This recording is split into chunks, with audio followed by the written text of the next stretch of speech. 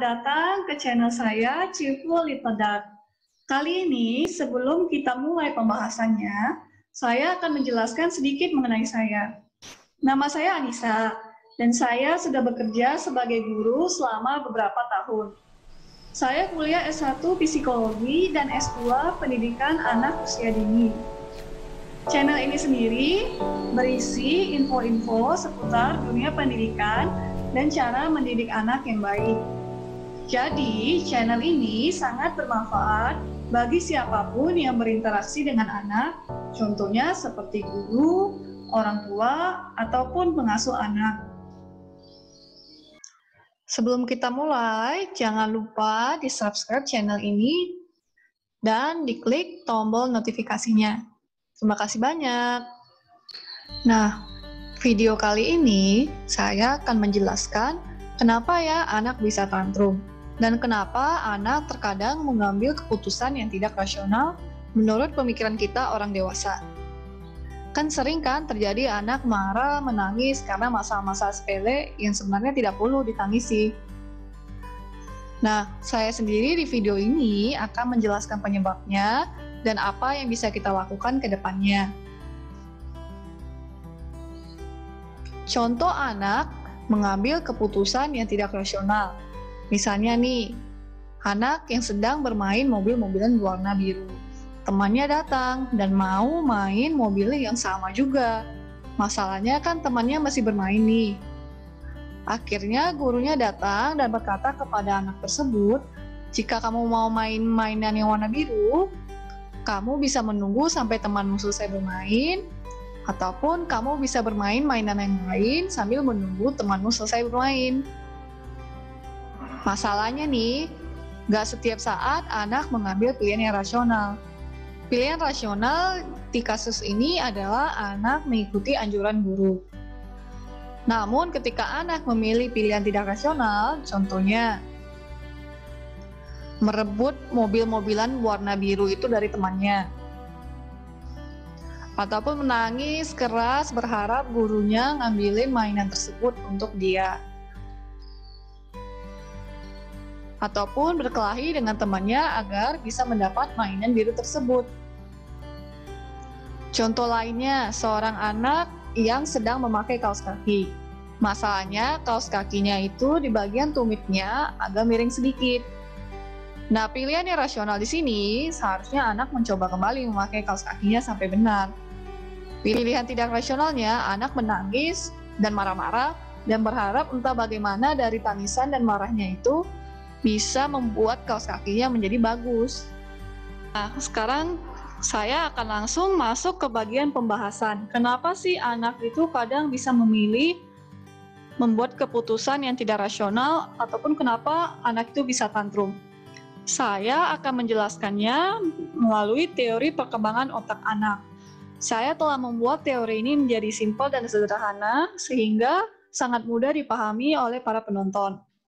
Saya tidak akan menjelaskan semua bagian otak, tapi hanya bagian tertentu yang dapat menjelaskan kenapa sih anak bisa tantrum dan kenapa anak kadang memilih pilihan yang tidak rasional atau tidak logis.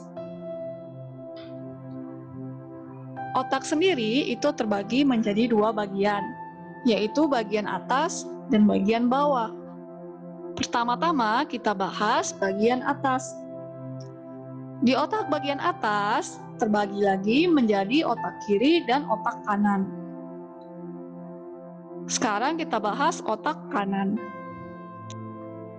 Otak kanan sendiri berfungsi untuk memaknai dan memproses informasi berkaitan dengan emosi ataupun perasaan.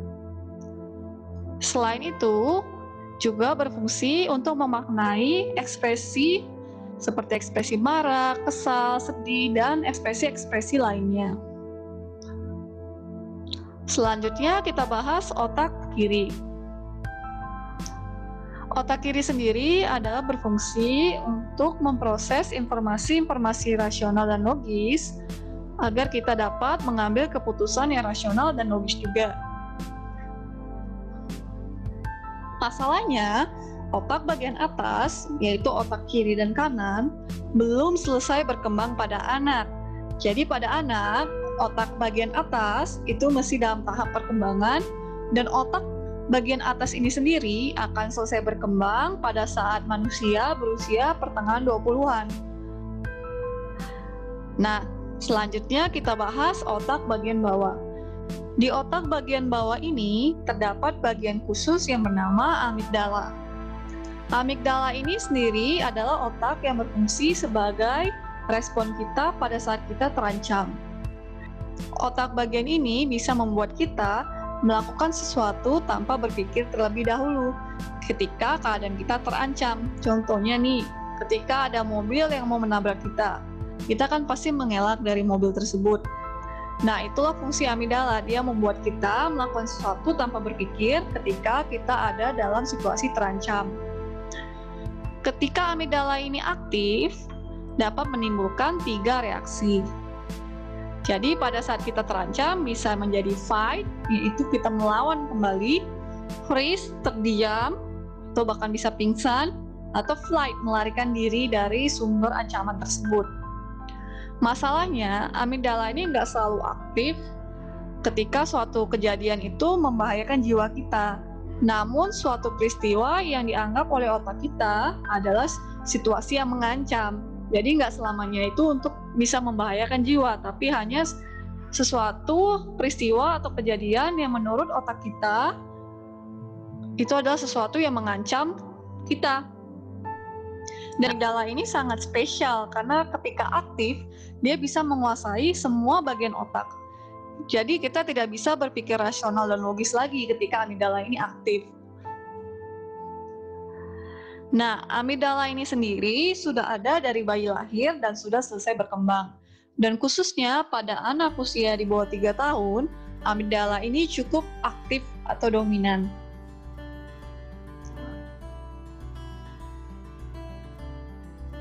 Nah, sekarang kita udah paham. Anak otak bagian atasnya masih dalam tahap perkembangan. Namun otak bagian atas ini sangat penting dalam mengatur emosi dan juga pemikiran logis. Dan otak bagian bawahnya yang merupakan respon bertahan hidup itu sudah ada sejak anak lahir.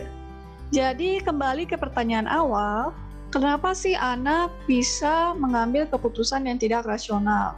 Jawabannya, karena otak bagian atas yang mengatur pemikiran logis dan mengatur emosi anak mesti dalam tahap perkembangan.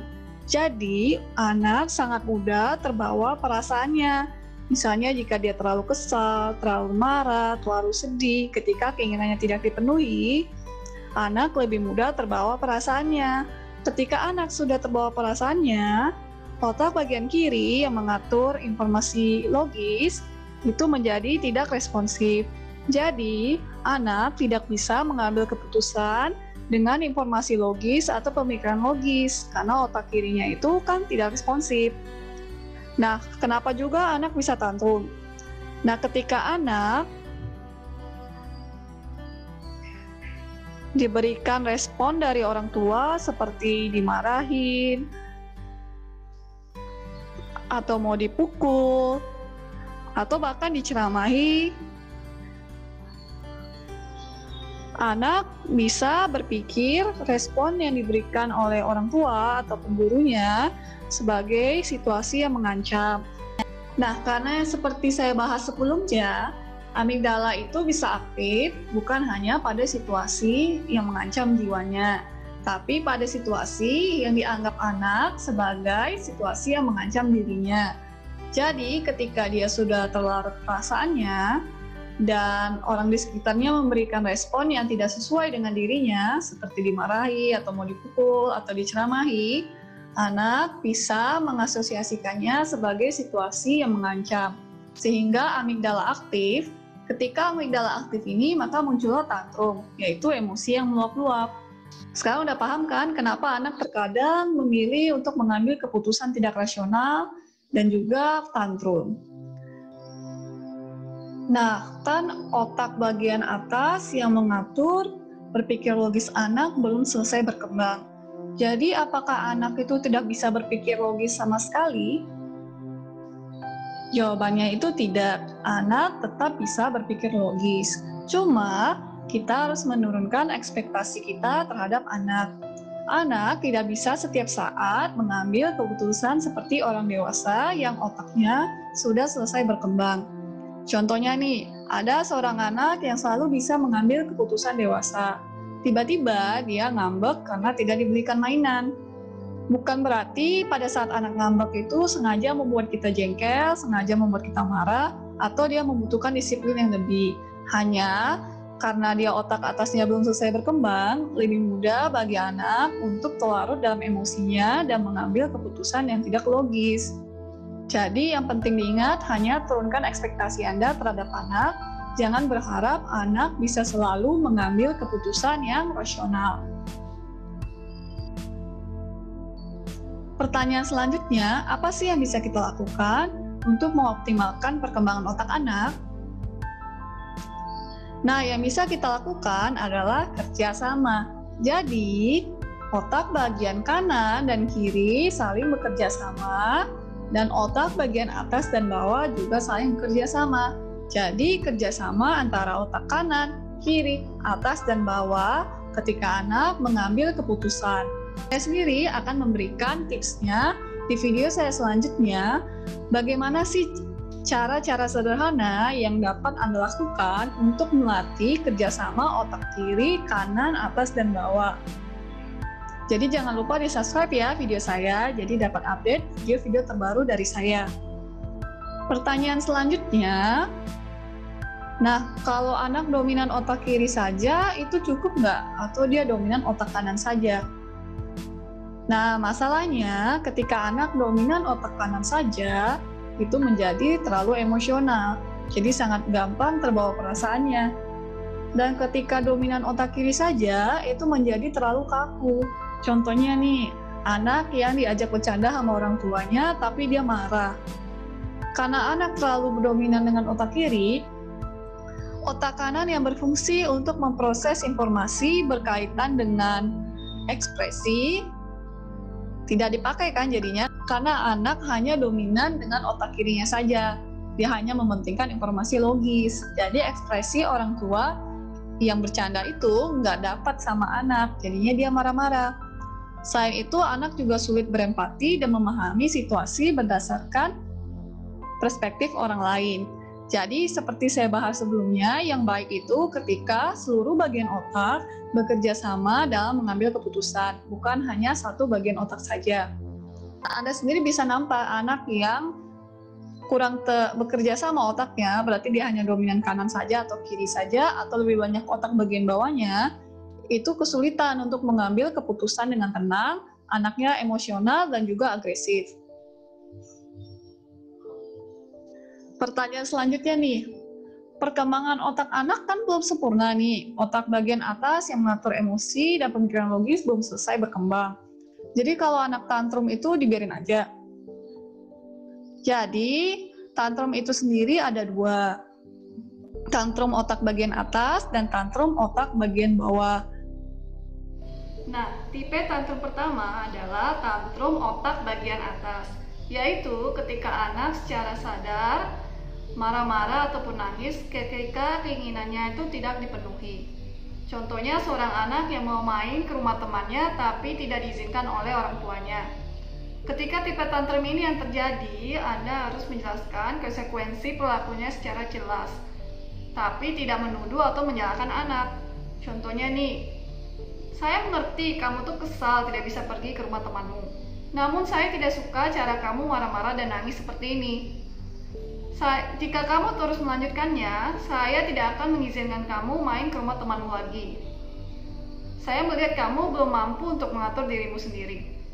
Yang paling penting untuk diingat adalah harus diikuti konsekuensi yang dikatakan, sehingga anak paham kalau yang dia lakukan, yaitu nangis ataupun marah, tidak akan mendapatkan apapun.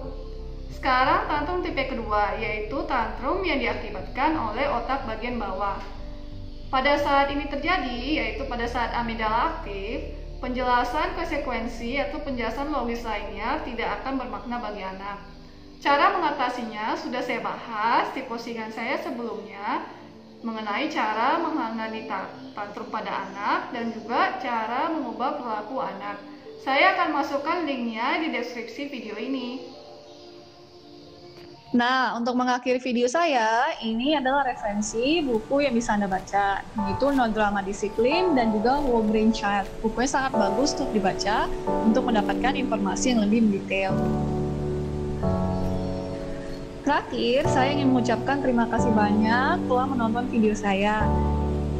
Mohon reviewnya agar saya bisa membuat video yang lebih baik ke depannya. Terima kasih dan sampai jumpa.